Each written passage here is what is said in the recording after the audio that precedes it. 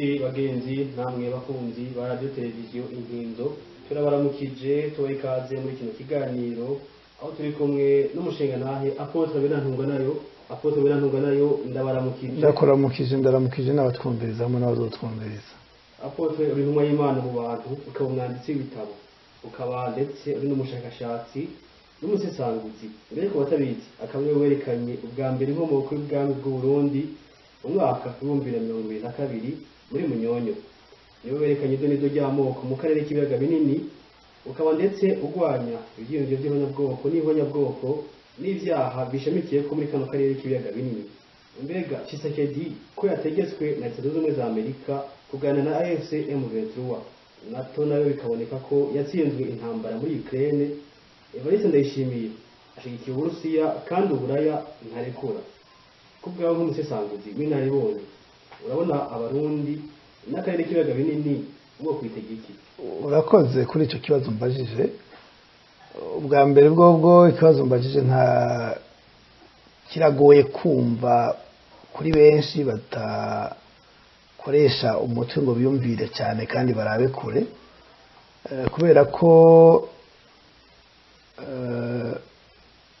kubona Tshisekedi yategetswe na Amerika kugira ngo yumvikane na AFC M23 byerekana yuko Tshisekedi atari umunyapolitike kandi ko Tshisekedi adakunda igihugu ciwe ca Kongo kuko nta kuntu na kumwe uri umukuru w'igihugu utwara igihugu cikukiye ushobora kurindira yuko abavuye inyuma y'ico gihugu aribo batora inyishu y'ikibazo canke y'ibibazo bihanze igihugu n'abanyagihugu bawe urongoye. Igituma rero mvuze gutyo nuko Tshisekedi ubwa mbere bwo kuganira na AFC cyangwa kuganira M23 si rya mbere baraganiriye. Hari amasezerano ya Rwanda, hari amasezerano ya Nairobi, ayo masezerano yose arahari ariko Tshisekedi bigahindukira akavyigarama akavuga ko ayo masezerano atayazi kandi ko M23 ari umugwi w'iterabwoba. Ivyo rero vyerekana yuko atabazi neza hahagaze naho nyene ubwiwe arabizi mu mutima yuko M23 baharanira kubaho kwabo, baharanira kubaho kw'abanyagihugu baba muri Kongo cyane abafatiweyo n'umupaka washizweho mu kugabangana Afrika igabanganwa n'ibihugu bya Burayi. Ibyo rero kuba Tshisekedi yirengagiza mu masezerano yakoranye na M23 kugezaho havuka urunani rw'abantu b'abakongomani bagwanya ubwo butegetsi banga ko ubwo butegetsi bwica abantu butoteza abantu burenga ku mategeko mpuzamakungu arirwo AFC M23 ni kimwe mu bimenyetso vyerekana yuko ubutegetsi bwiwe bwananiwe gutorera inyishu ikibazo c'abakongomani. Narabivuze kuva kera niba bashaka kwirukana abavuga ikirimi cy'ikinyarwanda canke cy'ikirundi baba muri Kongo nibagende bafate aho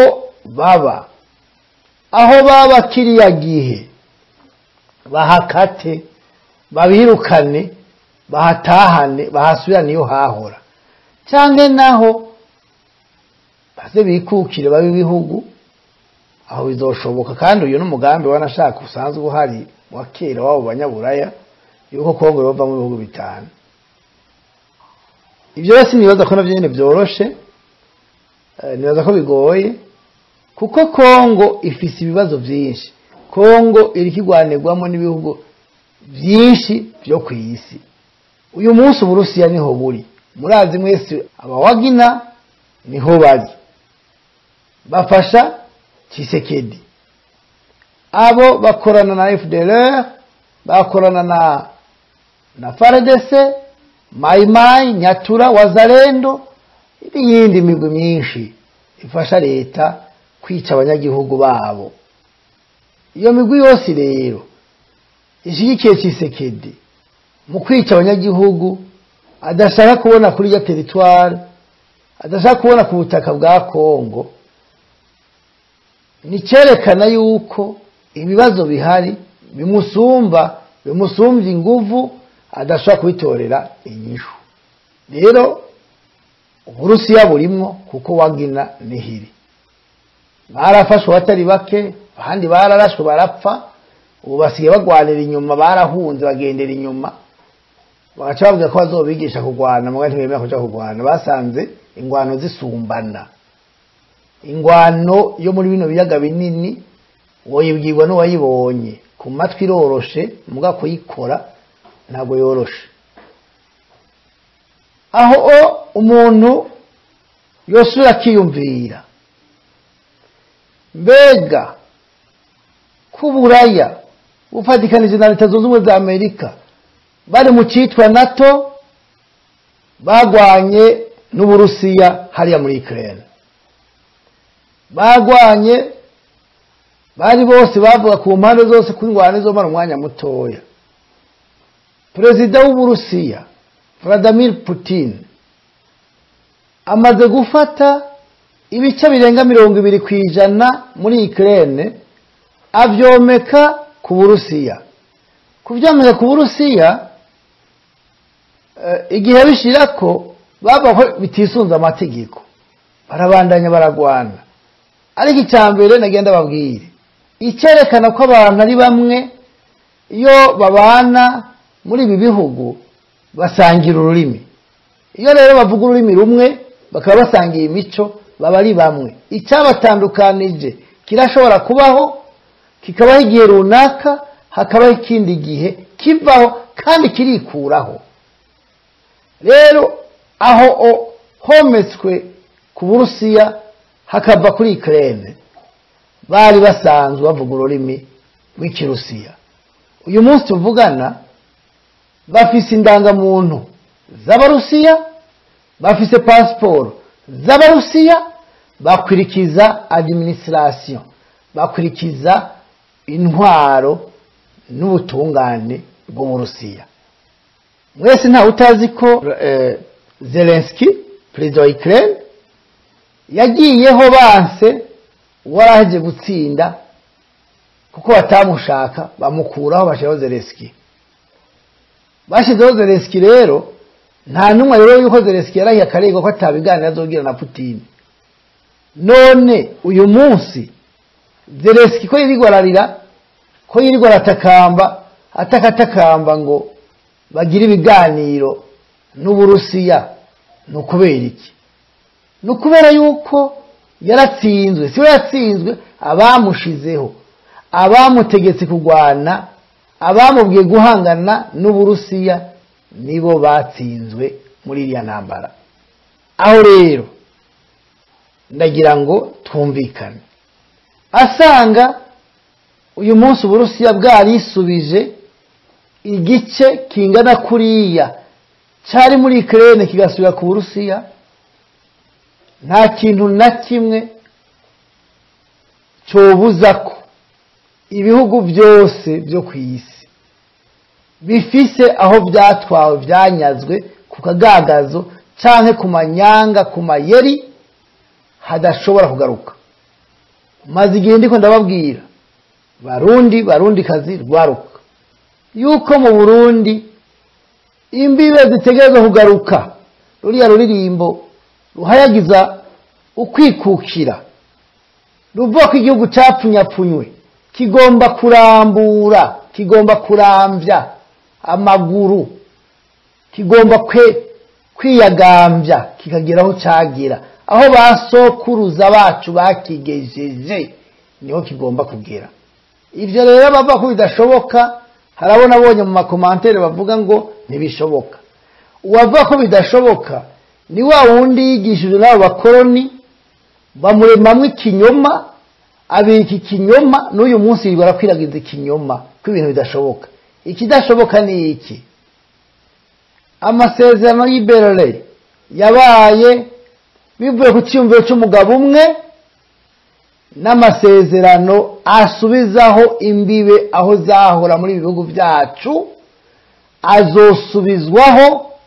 Izo mbibe zizosubizwaho bivuye ku muntu umwe, babe babiri, batatu, bane, bagwire bakomere. Nama ndiko ndababwira ko atamwe bwa Afrika buhari, kuko hamaze gupfa abakuru b'ibihugu benshi bishwe, kandi iyo kominote ubwo bumwe bwa Afrika buhari ntibuvuge. Rero nibaza yuko ubutigu bugeze, harageze yuko abanyafrika, abarundi, abo mu biyaga binini tubona iyi isi kiraja, tukajana nayo, ntitugume twicaye.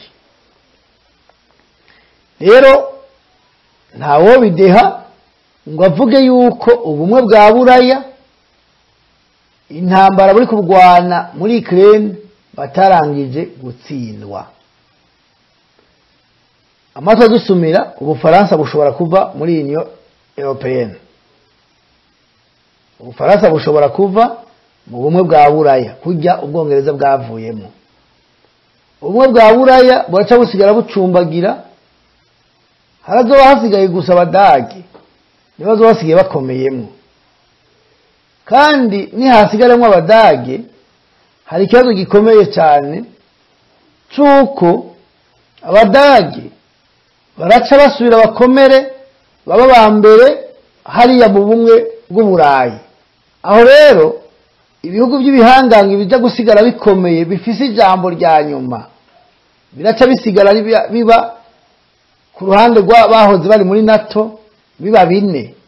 Haraba Ubufaransa, haba Ubudagi, haba Ubwongereza, habe na Leta Zunze Ubumwe za Amerika. None rero nibaza ko Putin intambara yagwanye nabo muri Ukraine yatumye batatana, kuko batakarije ibintu byinshi, bituma bamwe bagomba kwimenya abandi bimenye. Kintu gikomeye cyane, ariko nimuye ngo kiboroshe. Uko bitije akajisho hariya muri Leta Zunze Ubumwe za Amerika, Trump avuga yuko niyatsinda amatora, agatsinda ya matora ariko ariyamamarizamwo, azoca kura Amerika ava muri NATO, kubera ko iriha amahera menshi cyane, ashika 70% amafaranga akoreshwa na NATO buri mwaka. Akavuga rero ko Amerika yahombera ibintu byinshi atanyungu izana. Ikiro cyaca kibikindi kibazo gikomeye kuri ibihugu by'Uburayi, ari naco gituma nibaza ko Zelensky ariko asaba kuganira n'Uburusiya. Rero ibiganiro bazogirana tubirindire, ariko ibyo bazogirana byose ahafashwe n'Uburusiya ntibazohasubiza. Cyo ni cyambere. Icya kabiri, kandi naho nyine amahoro ntazobabonetse. Mwambagije muti mbega Valentin Ndayishimiye ko ashigikiye Uburusiya akabashigikiranye kandi n'umwe bwa Buraya, ho biragenda gute? Baca umugani mu Kirundi ngo amayira abiri yananiye ifyisi, kandi ngo imigeri ibiri ntitereka. Uteye imigeri ibiri ubanza umutwe hasi. Amayira abiri yananiye ifyisi kubera iki? Babivuze bahereye ku ntama. Intama ari zibiri zigeze mu mahwana y'inzira, imwe igafata iy'iburyo iyindi y'ububafu, ifyisi y'inyuma iburi yifata iyikurikira. Iti nkurikira ijya cyangwa nkurikira iriya, ikaba irazemazema, intama nayo ikabirigirwayo. Ibi rero bya Varisito nawe niko byagenze. Yagiye muri Kongo guca amafaranga, Tshisekedi amuha amahera yo gutanga abasirikare ngo baje kwica abanyagihugu b'Abakongomani bavuga Ikinyarwanda hariya muri Kivu yo ruguru na Kivu y'epfo. Bageze ko hari abagiye banahunze, abandi arunkaho n'imbonera kure. Ibi rero ni kibazo gikomeye, kuko urumva Tshisekedi yamaze gutsindwa mu ntambara yatanguje muri Kongo. Ko rero Tshisekedi yatsinzwe na Valentin yatsinzwe, none abasoda ba Varisito arabashira, arabacura. niyo abatahukana rero baratahukana n'iki n'interahamwe n'abawazalendo kuko benshi mu wazalendo benshi mu bamayimayi benshi bariko binjira muri AFC M23 bagenda bakishikana bati ni mwebwe igisirikare cyiza bakava inyuma ya Tshisekedi. Urumva rero barasiza yakurikiye ubwije ntiyabajije ya mana asenga cyane naho asenga guba gwa bigati iyitavuga iyitumba ntibone. Aha rero nkavuga nti Varisito ari muyabira kuko muri Kongo byanka bikunda bizocureha ariko hari ikintu kizobayo. Ibi bihugu byagwaniye muri Ukraine biraza kugwanira muri Kongo byanka bikunda ariko ndasaba ngo muri kano karere k'ibiyaga binini abasenga mukomeze amasengesho muyakomeze kuko hari ibibazo bikomeye cyane bizobera hano muri Kongo. Hano muri Kongo hazogwanirwa intambara ya nyuma yo kubohoka kwa Afrika. Afrika igiye kubohoka, Imana igiye kubohora Afrika. Abanyafrika bamenya baribo, bamenye iyobokamana ry'ukuri, bamenye Imana basenga iyo ariyo, ibinyoma tubisezerere. Hari abanyandikiye anshimira ko nagize ubusesanguzi bwiza kwerekana ibijyanye n'imiryango iri muri bino bihugu bitanu bya Afrika buseruko, nkerekana n'inkomoko yabo. Si ibyo gusa, hari n'ibindi mu minsi muzobibona. Ibi bintu twahembye kuva kera by'iyobokamana bakatuzirika ku gwatsi, bakanyegeza ibintu byose by'ukuri, bakaha kubyerekana, bakandika bimwe ibindi bakabireka bakabihindagura. Burakeye tuzovyerekana kuko Imana ntihinduka. Uko yari iri mwirema n'uyu munsi ni kwiri. Rero Imana yavugira mu bakera ikababwira amabanga n'uyu munsi iracyavuga. Niyo nababwira ko igihugu cy'u Burundi kigiye kwaguka imbibe byumve gatanu kuko nawe utovyumva kizokwaguka kubona cyane mbere bigwanije cyaguka utakiriho. Ninakubwira yuko iyobokamana rigiye guhinduka ku isi nzima uravyemera kuko ushaka udashaka ureke kuko bizoba wemera wanka. Nta ngwano nimwe nta kigwanisho na kimwe cyaremwe kiriho gishobora gutangira ibigomba kuba muri kano karere k'ibiyaga binini kugira ngo abantu bidegemvye, abantu bagira amahoro, abantu bagira iterambere. Wowe byanka wowe byemera biraba ariko birasabwa ko twitonda, ko tuvuga ukuri, tukagwanya ikinyoma kandi ko turushiriza gukundana, umuntu wese akunda mugenzi we, ariko kandi ntibikenewe guhishiranira. Umunyakibi niyitwa umunyakibi, umwicanyi yitwa umwicanyi mu mazina yiwe ko nivyo yahisemwo, hanyuma abasigaye babeho mu mahoro n'umutekano. Rero Varisito ko yakurikiye Uburusiya, haya ntagire ngo abanyaburaya baramukunda baramubesha. Nanone akurikiye abanyaburaya ntagire ngo Putin ntabyazi arabizi. Abo bantu bose bahurira ku rubuga wa Kongo byanka bikunda bazovugana kandi ntibizokoroha. Rero mwambagije muti ibihugu by'ibiyaga binini n'u Burundi twokwizera tworindira iki? Icyambere cyo cy'u Burundi no kumenya ko uri mu kaga. Uburundi ubu buriko butemba bumanuka kandi bunyerera babubona.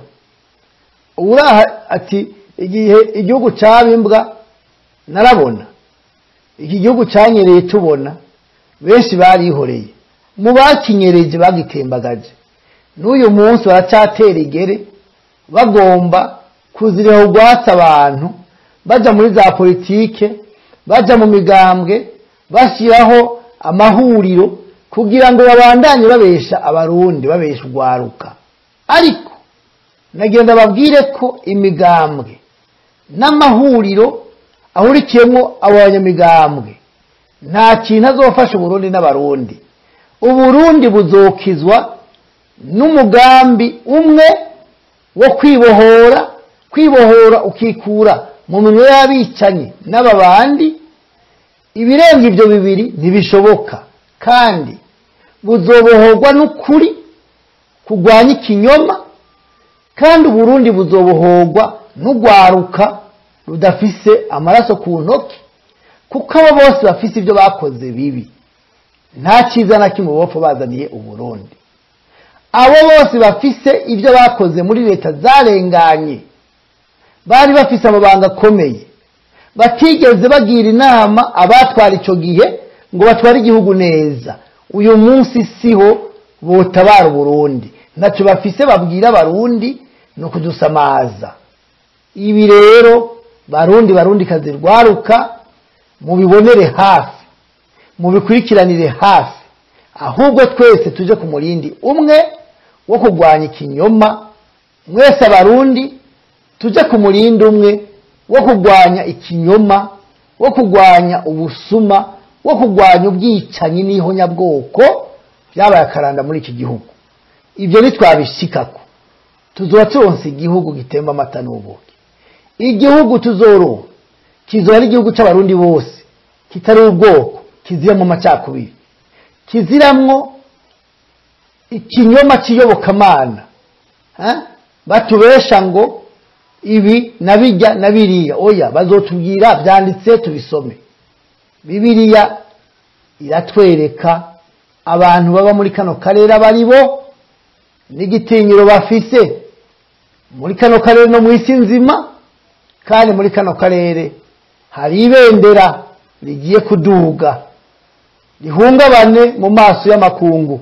Amakungu yose azohinda agashitsi, kandi ayo makungu amaze guhinda agashitsi azoza apfukame, ashike mu gihugu cy'u Burundi, ashike muri kano karere ahiga bendera riri, ashikana amashikanwa ya yandi ya kera, ya yandi Imana yari bakishikanirwa amashikanwa.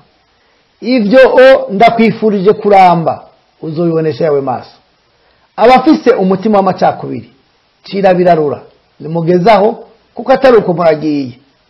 Kandi abanka kuvuga ukuri kubera imiryango yanyu, kubera aho muba, kubera aho mukora, namwebwe nagahwanya, kuko ubutigu burageze.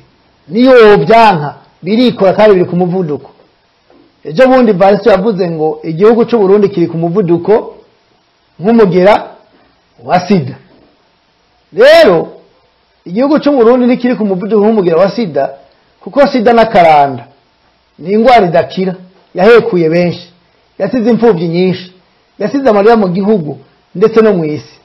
Ariko igihugu kigiye kuja ku muvuduko w'iterambere, kandi iterambere kuri bose. Igihugu kigiye kuja ku muvuduko atabwicanyi buhari, atambonera kure, atamuta, atamututsi, atamutwa, twese twitwa Abarundi. Ibyo ni mu vyitege biraje. Igihe ibyo bizoba, Uburundi buzogira imibano myiza n'ibihugu vyegeranye, kanatsinda abanyagihugu baba muri ivyo bihugu n'abavukanye. Turavukana, turi bamwe, dusangira ururimi, dusangira imico, dusangira ibisekuru, dusangira ibisokuru. Rero ivyo uwumva atabishigikiye ashatse nabarimba gacuri ajamwo, kuko ivyo birabaye ejo bundi, bizoba mwese mubona. Tugira amahoro y'Imana.